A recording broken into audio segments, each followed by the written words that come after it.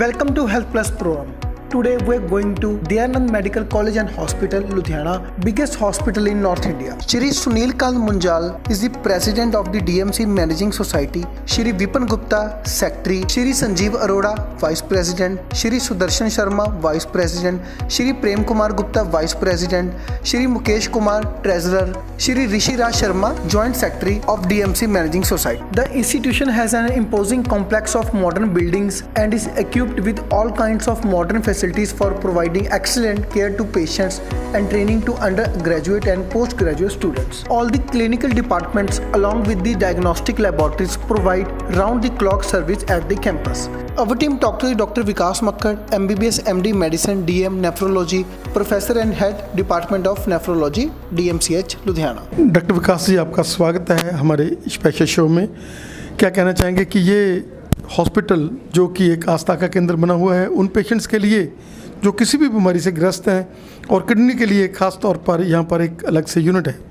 हमारा हॉस्पिटल वैसे तो सब तरह की फैसिलिटीज़ प्रोवाइड करता है और इसमें किडनी डिपार्टमेंट भी वैसा ही वेल इक्विप्ड है हर ट्रीटमेंट के लिए, और हर तरह की फैसिलिटी है हमारे पास डायग्नोसिस के लिए, हर तरह की फैसिलिटी है कोई भी प्रॉब्लम किडनी की ट्रीट करने के लिए।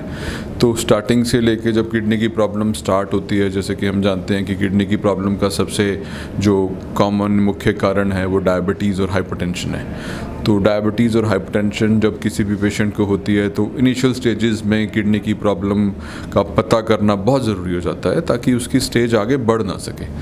तो हम सब पेशेंट्स को ये रेकमेंड करते हैं कि जब भी आपको शुगर का, ब्लड प्रेशर का पता लगे, आप सबसे पहले आके, और इनफैक्ट होना ये चाहिए कि जिस दिन आपको शुगर और ब्लड प्रेशर डायग्नोज हो रही है उसी दिन पहले दिन आपको किडनी के टेस्ट कराने चाहिए, ताकि उस समय अगर किडनी की प्रॉब्लम का पता लग जाता है तो हम उसको वहीं पे रोक सकते हैं। और इनफैक्ट आजकल इतनी अच्छी मेडिसिन आ गई हैं कि हम उनको वापस भी लेके जा सकते हैं। और हमारे पास शुरू से लेके आखिर तक, और अनफॉर्चुनेटली कुछ पेशेंट्स अगर जिनको कुछ लेटर स्टेज में पता लगता है तो उनके ट्रीटमेंट के लिए, उनके डायग्नोसिस के लिए हमारे पास सारी फैसिलिटी, डायलिसिस अवेलेबल है, हर तरह का डायलिसिस हमारे पास, हीमोडायलिसिस, पेरिटोनियल डायलिसिस, पेट वाला डायलिसिस जिसको हम पेरिटोनियल डायलिसिस कहते हैं, हीमोडायलिसिस, एक हीमोडाइफिल्ट्रेशन, एक स्पेशल तरह का हीमोडायलिसिस होता है, किडनी ट्रांसप्लांट, तो ये सब फैसिलिटीज़ हमारे पास अवेलेबल हैं जी। डॉक्टर साहब, क्या कहना चाहेंगे कि जब आप रिकमेंड कर देते हैं डायलिसिस तो लोग उसमें देरी करते हैं, लोगों के मन में रहता है कि नहीं अगर एक बार डायलिसिस हो गया तो डायलिसिस ही हो जाएगा। क्या कहना चाहेंगे कि डायलिसिस वाले पेशेंट है वो भी 30-30 साल सर्वाइव कर रहे हैं और नॉर्मल की तरह जी रहे हैं? बिल्कुल, आपने आपका कमेंट भी बिल्कुल ठीक है, और आपने बिल्कुल ठीक बोला कि सबसे बड़ी प्रॉब्लम डायलिसिस की एक्सेप्टेंस है।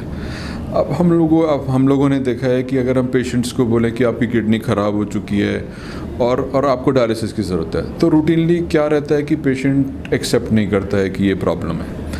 और होता क्या है कि पेशेंट इधर उधर जाना शुरू कर देता है, पेशेंट्स को भूख नहीं लग रही होती। ये एक सिम्टम है एक्चुअली डायलिसिस की, जब ज़रूरत होती है भूख नहीं लगती, वॉमिटिंग आती है। तो जब तक पेशेंट बहुत ज़्यादा वीक नहीं हो जाता, जब तक पेशेंट को ये लगता है कि जी जब तक काम चलता है इसको चले जाओ, और अल्टीमेटली जब पेशेंट की कंडीशन बहुत ज़्यादा ख़राब हो जाती है, इमरजेंसी वाली हालत हो जाती है, भूख बिल्कुल नहीं लगती, कमज़ोर हो जाता है, सारी मसल लॉस हो जाती है, तब पेशेंट सोचते हैं कि चलो जी अब हम डायलिसिस करा लेते हैं।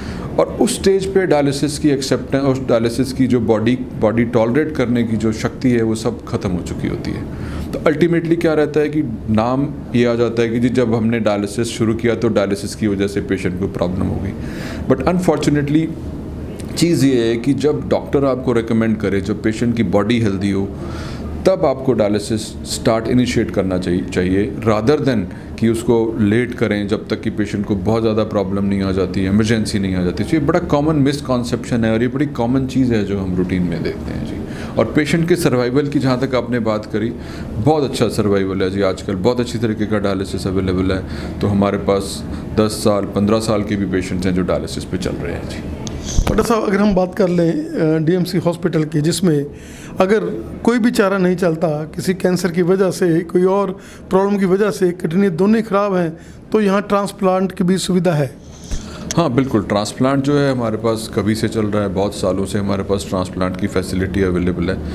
तो मतलब ट्रांसप्लांट के लिए हम लोग अभी रिलेटेड डोनर ट्रांसप्लांट ही कर रहे हैं। फैमिली के जो डोनर हैं हम पहले हम लोग बिल्कुल नियर रिलेटिव्स का ट्रांसप्लांट कर रहे थे, बट अब हम जो है थोड़े से दूर के रिलेटिव्स जैसे मामा, चाचा, ताया, कज़न्स, इनको भी एज ए डोनर हम ले रहे हैं। और हमारी मैनेजमेंट का प्लान है, हमारे हॉस्पिटल का प्लान है कि कुछ टाइम में हम शायद कैडेवर ट्रांसप्लांट प्रोग्राम भी शुरू करेंगे, जो कि इस हॉस्पिटल के लिए बहुत अच्छा रहेगा। बाद में ट्रांसप्लांट की फैसिलिटी हमारे पास अवेलेबल है और ऑलमोस्ट हम आज की डेट में भी ऑलमोस्ट वीक में एक ट्रांसप्लांट या वीक में कभी कभी 2 ट्रांसप्लांट्स भी ऑलरेडी कर रहे हैं जी। जैसा क्या कहना चाहेंगे कि ये इरई वैसा है जिसमें बीमारियां बहुत बढ़ रही हैं और एक आम आदमी को कैसे बच सकता है, कैसे वो पानी ज़्यादा पिए, कैसे क्या करे जिसके साथ हम लोग इस बीमारी को थोड़ा सा दूर रखें अपने से?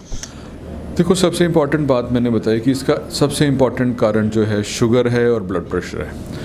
तो मैं पहले भी बोल चुका हूँ, मैं फिर से बोलना चाहूँगा कि आपके पास आसपास आपकी फैमिली में आपके किसी भी जानकार किसी भी पर्सन को जब डायबिटीज़ पता लगे, जब ब्लड प्रेशर पता लगे, तो पहले दिन आप किसी डॉक्टर के आपको खुद को इतनी नॉलेज होनी चाहिए कि डॉक्टर के पास जाना है नहीं जाना है अलग बात है। आपको खुद को इतनी नॉलेज होनी चाहिए कि अगर ये डायबिटीज़ करके किडनी की प्रॉब्लम हो रही है तो उसको मैं पहले दिन जाके डायग्नोज कराऊं ताकि उसको आगे बढ़ने से रोक सकूं। आपको अपने साथ वालों को भी गाइड करना चाहिए कि इनिशियल स्टेजेस में ये जो प्रॉब्लम है, अगर इसको हम डायग्नोज कर सकेंगे तो इसको हम आगे बढ़ने से रोक सकते हैं। तो सबसे इम्पॉर्टेंट बात है prevention and detection at early stages. बाकी आजकल हम बहुत सारे कॉजेज़ देखते हैं, कुछ लोग जिम प्रोडक्ट्स का यूज़ करते हैं, जो यंग बच्चे हैं वो जिम में जो प्रोडक्ट्स मिलते हैं, प्रोटीन प्रोडक्ट्स होते हैं, वो उनकी बॉडी को और उनकी किडनीज़ को हम कई लोग हमने कई पेशेंट्स देखे हैं कि वो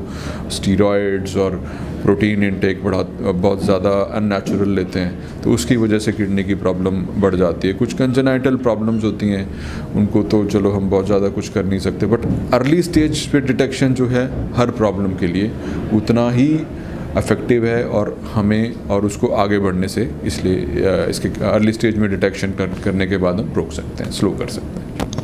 डॉक्टर साहब को बहुत बहुत धन्यवाद, आपने इतनी बड़ी ओपीडी और इतने पेशेंट वेट कर रहे थे फिर भी हमें दम समय दिया। आपका समय देने के लिए बहुत बहुत धन्यवाद। Thank you ji, thank you, so nice of you, thank you ji.